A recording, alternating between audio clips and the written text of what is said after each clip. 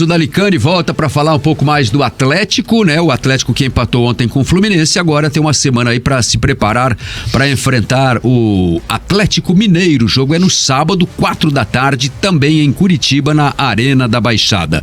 Vamos agora falar do Coritiba, que viajou lá ao Ceará para enfrentar o Fortaleza no Presidente Vargas e trouxe mais uma derrota na bagagem. Alexandre Senechal, boa tarde. Boa tarde, Linhares Júnior. Boa tarde aos meus colegas presentes aqui no nosso bate-pronto dessa segunda-feira.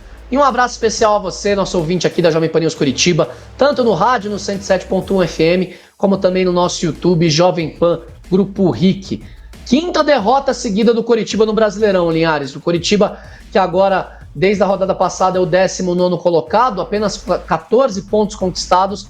Viu o Vasco ultrapassá-lo na rodada passada e viu o América Mineiro colar no Coritiba. O América Mineiro foi a 13 pontos, ainda é um lanterna, 1 ponto a menos que o Coxa, só que o América também tem um jogo a menos, tem um jogo atrasado lá da 15ª rodada contra o Vasco da Gama em casa. Então o Coritiba, por pontos perdidos, é o pior time do Campeonato Brasileiro já e mantém a distância de 7 pontos para o Bahia, primeiro time fora da zona de rebaixamento, porque tanto o Bahia quanto o Santos perderam na rodada, estão com 21 pontos, os dois aí, o primeiro fora da zona de rebaixamento e o Santos, o Bahia, né, e o Santos, o primeiro time dentro da ZR para ser rebaixado para a Série B do ano que vem. Mais uma partida em que o Coritiba demonstrou uma fragilidade enorme, um time apático no primeiro tempo. O Thiago Kozlowski falou sobre isso, a gente vai ouvi-lo aqui na sequência do bate-pronto. Tomou 2-0 logo no primeiro tempo, saiu por intervalo com 2-0 contra, 2 gols do Lucero, um deles num pênalti em que o árbitro precisou do auxílio do VAR para marcar, um encontrão do Robson na área, daqueles pênaltis que eu brinco, falei várias vezes sobre isso no ar, só acontecem no Brasil, há o contato, mas há vários desses no futebol brasileiro, jogo sim, jogo também, às vezes é pênalti, às vezes não é. Ontem marcaram o pênalti a favor do Fortaleza, o Lucero bateu, fez 1-0, aí o Coritiba se desestabilizou, esse primeiro gol já foi no final do primeiro tempo, se lançou todo o ataque, tomou um contra-ataque logo depois, 3 minutos depois do primeiro gol, o Guilherme dividiu com o Gabriel, a bola sobrou com o Lucero, 2-0 para o Fortaleza, e aí já dava a impressão de que a vaca tinha ido pro brejo. No segundo tempo, o Coritiba até fez alterações, o Thiago Kozlowski tirou o Marcelino Moreno no intervalo, e deu um recado para o Marcelino na coletiva de imprensa também, falou sobre erros individuais, sobre questão dos jogadores terem que seguir o que o técnico fale, por isso substituiu o Marcelino, a gente vai também ouvir na sequência, mas a verdade é que o Coritiba melhorou no segundo tempo, teve a entrada do Rainer, que entrou bem na lateral direita, o Maurício Garcês fazendo dupla com ele por ali, às vezes o Robson caindo pelo setor também, o Coritiba começou a criar mais chances, mas aí numa falta, no meio do segundo tempo, aconteceu o frangaço do Gabriel, a bola passou por debaixo das pernas dele e ele ficou acusando uma lesão na perna já logo depois do gol. Na sequência foi substituído pelo Luan Poli. O Coritiba chegou ao seu gol numa bola parada, num raro escanteio da partida. A partida teve poucos escanteios. O Robson cruzou na cabeça do Kusevich, que descontou 3-1. E aí teve um pênalti 15 minutos no final do jogo, mais ou menos, faltando 15 para acabar. O Robson chutou a esperança do Coritiba no travessão, a bola foi para fora e o Coxa ficou no 3-1, não conseguiu colocar fogo no jogo no final para buscar o empate, somou a sua quinta derrota seguida. Coritiba que só tem uma vitória fora de casa no Campeonato Brasileiro e apenas 2 vitórias até aqui, 3 vitórias até aqui na verdade, né, na competição nacional. Em 21 jogos, 3 vitórias, 5 empates e ao total 13 derrotas do Coritiba. Realmente um número muito ruim, que deixou o Coritiba numa situação muito complicada. E o discurso é de que ainda dá, que o Coritiba tem que brigar, que o Coritiba está fazendo boas atuações e que a bola não está entrando. Ontem não foi assim. O Coritiba teve poucas chances, é verdade que teve melhora no segundo tempo, mas a impressão que dava é que o Fortaleza ia vencer o jogo quando quisesse. Acumulou chances no primeiro tempo, fez 2-0 e ficou com controle no jogo até o pênalti. O pênalti poderia ser uma mudança de chave para o jogo, mas acabou sendo isolado pelo Robson, e aí o Coritiba soma mais uma derrota. Amanhã começa a semana de novo para o Coxa, as atividades serão retomadas no CT da Graciosa, e já no domingo, 8h30 da noite, tem um jogo contra o São Paulo, mais um jogo fora de casa, mais uma viagem para o Coritiba, mais uma tentativa de somar pontos no Brasileirão, com a estreia de Islan Slimani já confirmado. O Slimani estará em campo na partida contra o São Paulo. Linhares. É isso, o Coritiba foi a Fortaleza, a cada jogo do Coritiba cria-se essa expectativa de que a reação começa a partir desse jogo, né? Foi assim naquele período contra o Goiás, aí veio aquela sequência mágica ali do campeonato. Cruzeiro e Flu. Que o Coritiba ganhou os 3 dos 4 jogos, achava-se que a partir dali a situação no campeonato ia mudar e voltou tudo, e tá pior, aliás, do que na era Zago, né? Porque 5 derrotas seguidas? Acho que o Zago não teve 5 derrotas seguidas. O Zago teve sequências de empates e tal, né? Ganhou 4 pontos em 12 jogos, né? 4 pontos em 12 jogos. Agora são... O Zago teve no máximo 2 derrotas seguidas como técnico do Coxa, tá? Ele estreia contra o Fortaleza, justamente no jogo do primeiro turno, em que o Coxa vinha de uma derrota para o Flamengo, e aí somou 3, mas com ele no comando, ele teve 3 vezes, 2 derrotas seguidas. Derrota, empate, derrota, empate, derrota, empate. Porque ele perde pro Fortaleza e perde pro Sport pela Copa do Brasil. Daí ele vem e empata contra o São Paulo já. Né? Que é o segundo jogo do Zago, na verdade, né? O primeiro lá foi ainda contra o Fortaleza não foi o Zago, comandado. Né? Já tinha sido contratado, anunciado, mas estava no camarote, foi comandado. A estreia foi no 3x3 aqui, né? Não, 2x0 lá pro Sport. 2x0, exato. O 3x3 aqui ainda era o Antônio Oliveira. Eu não vou tirar a culpa do Thiago em alguns momentos, né? Acho que nem seria ético defender apenas o Thiago, mas acho que o Thiago trouxe coisas positivas para esse grupo e mostrou que melhorou. Só que pegou uma sequência extremamente difícil e tá jogando mal em vários momentos do jogo. O que eu acho, assim, eu já comentei sobre isso aqui, assim... Eu vejo que a situação do Coritiba é muito delicada para você ter um treinador com pouca experiência de Série A de Campeonato Brasileiro, como é o caso do Thiago. Essa é a primeira experiência dele como técnico de time de Série A do Campeonato Brasileiro. Assim, não vou questionar a capacidade, né, os conhecimentos do Thiago. Acho que eu não vou discutir isso porque não me cabe discutir isso. Mas eu penso que o Coritiba precisava, e defendi isso desde o momento em que o Thiago estava naquela sequência ganhando jogos lá.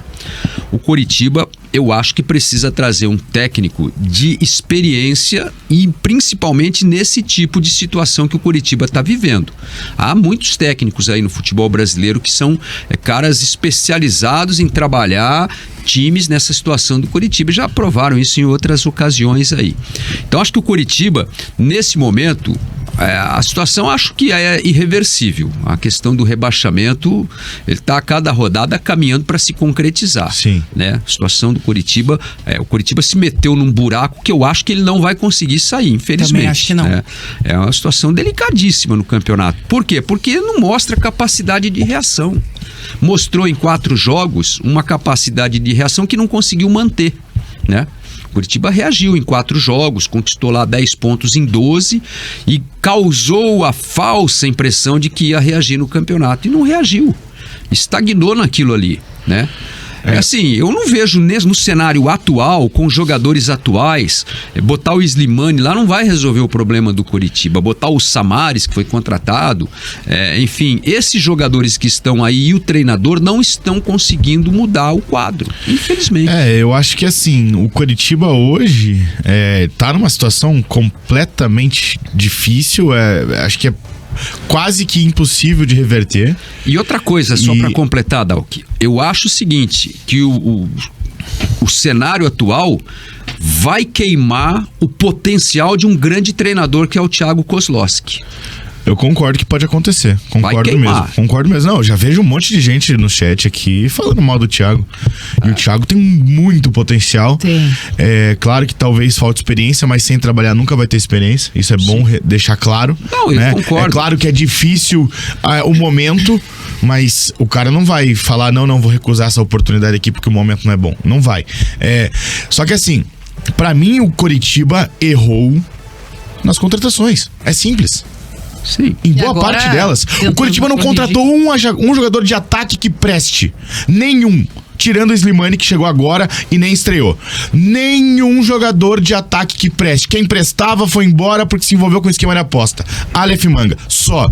Não prestou Pinho, não presta Diogo Oliveira, não presta Robson, não presta Garcês, não presta Lucas Barbosa, não prestava o Zé Roberto, não presta o Edu. E eu tô dizendo no sentido de não prestar, não que eles não são jogadores para uma Série A. Estou dizendo que não são jogadores para resolver. Como o Carlos Amodeu havia prometido, né? E que não sei quantos titulares e tal. Aí agora, vi uma coisa muito na questão, até estavam me questionando ali na questão do Gabriel. Pô, o Diogo Batista simplesmente perdeu a oportunidade depois de um jogo. O que aconteceu com o Diogo? Porque ontem entrou o Nathanael titular e o Rainer entrou no intervalo. E o Diogo, que era titular no último jogo, que foi titular nos outros jogos. Ele foi, aquele jogo, ele levar um passeio do Bruno Henrique... Do Arrascaeta é algo pra ele perder a posição e nem mais entrar no campo? O Bruno Salles Almeida até comenta aqui, ó, o maior culpado da situação que o Coritiba está é o Arthur Moraes pelas contratações. Eu concordo. E desde o começo do ano eu venho falando isso. Quer acreditar, acredita. Quem não quer acreditar, não acredita. Mas a SAF contrata jogador no Coritiba desde janeiro. Aliás, a SAF contrata o Antônio Oliveira em dezembro. Isso, o Glenn até me falou isso num café da manhã lá, que já teve dedo não entrou da SAF. agora pra daí, resolver, né? Olha o tanto de volante que o Coritiba tem, gente. Como é que vocês querem que mude o esquema? Só tem volante. Tem que jogar com 3, 4, 5 volantes, porque só tem volante. Outra coisa que o pessoal tá criticando bastante aqui no nosso chat, a posição do Moreno. Na teimosia do Thiago Kozlowski de manter o Moreno pela ponta, sendo que pelo meio, aqui na opinião do nosso torcedor, ele renderia muito mais. Porque não tem um ponta. Decente. É simples. Não tem um ponta pra jogar. Era o Manga, né? Não tem um ponta pra jogar. Vai continuar jogando com 3 volantes porque tem um monte de volante e chegou mais um. Parabéns, chegou um primeiro volante, legal, o Samaris é muito bom jogador, tá com 34 anos, bastante experiência, pode ser que ajude, assim como eu achei que o Fran Sérgio ia ajudar, e o Fran Sérgio simplesmente não jogou absolutamente nada até aqui. E naquele momento em que o Thiago assume o time e o Coritiba reage, a gente até imaginou que poderia dar a volta por cima, porque eu acho que ele conseguiu devolver aos jogadores a confiança de cada um, né, dentro das suas capacidades ali. Mas o fato, às vezes, de não colocar, por exemplo, o Diogo Batista, de novo, não dá sequência, você não tá se contradizendo, né? Um momento em que você faz com que os jogadores acreditem no potencial deles, né? Acho que precisa ter essa sequência, até porque o Coritiba não tem tantas opções assim, né? Tá tendo muita dificuldade, e o jogo de ontem passou por muitos erros individuais. Então aí você começa a imaginar que aquele ambiente que era tão positivo parece que já não tá tanto assim, né? Parece que os resultados, que são péssimos, né? Vinha de 4 derrotas seguidas, agora são 5. Acabaram impactando a mentalidade dos jogadores. Tanto o goleiro Gabriel, quanto o próprio Robson, que é um jogador aguerrido, né? Que luta, que corre, enfim. Mas falhou, né? O resultado passa muito também pelos pés dele. O que mais me incomoda nesse estado que o Coritiba tá é conseguirem queimar o Gabriel.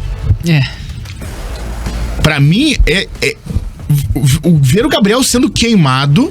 E, gente, quem falou ali, não sou amante do Gabriel, não sou parente do Gabriel também, tá? Mas eu acho que o Gabriel é muito superior em qualidade a todos os últimos goleiros que passaram por aqui. Talvez o que era melhor que o Gabriel que passou aqui se chama Fernando Praz. O resto, em questão de qualidade, Edson Basso, Vanderlei, o Wilson, qualquer um deles, o Gabriel tem mais qualidade. Só que, óbvio, né? Você pega um time em que só briga lá embaixo, um time que... E óbvio que vai estourar no goleiro. É óbvio. Os problemas não são basicamente do goleiro, né? Então, assim, ver um time mais complexo. Ver um time que está conseguindo queimar o Gabriel me incomoda porque, a situação tá difícil. Acho que o único ponto positivo do jogo de ontem foi o Rainer, né? Entrou na lateral direita no lugar do Nathanael e foi muito bem, mostrando muita vontade, velocidade. Eu gostei do Rainer. Acho que também foi o único ponto positivo que dá pra tirar dessa derrota. Gostei do Seba Gomes também, de novo, jogou bem. Sim. Fez gol, né? Não, o Kusevich fez gol. O Kusevich, né? O Senechal que anunciou que foi gol do Seba Gomes. Mas porque Mas pareceu, a imagem da televisão foi bem difícil, porque ele que vai lá correr e pega a bola pra colocar no meio de campo, e só filmam ele daí. Aí foi uma pegadinha danada. E o Coritiba anunciou mais um reforço aí, o Samaris, né, Alexandre Sinechal, pra gente fechar esse bloco aqui antes do intervalo. Exatamente, Linha. O Samaris grego, mais uma surpresa, mais uma vez, antes de um jogo. Foi assim contra o Flamengo, quando anunciaram o Slimani. E agora anunciaram o Samaris, fizeram uma brincadeira com o álbum da Copa do Mundo de 2014. Qual figurinha faltava? Faltava a desse primeiro volante que o Dalk falou. O Thiago Kozlowski elogiou, inclusive, a contratação na coletiva de imprensa após a derrota para o Fortaleza, porque é um jogador que, segundo ele, o Coritiba precisava muito. O primeiro volante que tenha a pegada e que também saiba jogar. O Samaris, como o Dalk disse, é muito bom meio-campista. Um jogador também que sabe chegar. Não é só um volantão burucutu que quebra tudo lá atrás. Cara que sabe jogar, tem chegada também à área. Uma bela contratação, precisa ver, claro, qual é a questão física, né? Como é que tá a questão física do Samaris. O Kozlowski falou que ele estreia contra o Bahia, sem ser esse final de semana no outro. Pega o São Paulo primeiro e depois no Couto Pereira estreia o Samaris diante do Bahia. Então, contratação nova, um jogador que estava sem contrato e eu trouxe aqui na nossa jornada ontem, mas a CBF esticou o prazo para as inscrições do Campeonato Brasileiro, até dia 15 de setembro. Aquela discussão que a gente teve, a CBF mudou. Agora, novos jogadores podem ser contratados e inscritos no Brasileirão até dia 15 de setembro. E o Coritiba continua no mercado em busca do substituto do Aleph Manga, um atacante para jogar do lado do campo, para poder puxar o Marcelino para o meio e ter um cara que supra essa ausência de gols do Coritiba jogando pelo lado do campo para fazer dupla, para fazer trio de ataque com o Slimani e com o Robson, Linhares. Muito bem, 12h e 43 minutos, então... Vamos falar da treta, né? Como é que não vou falar da treta, gente? Mas vamos deixar pra frente, né? A gente tem que ir pro intervalo.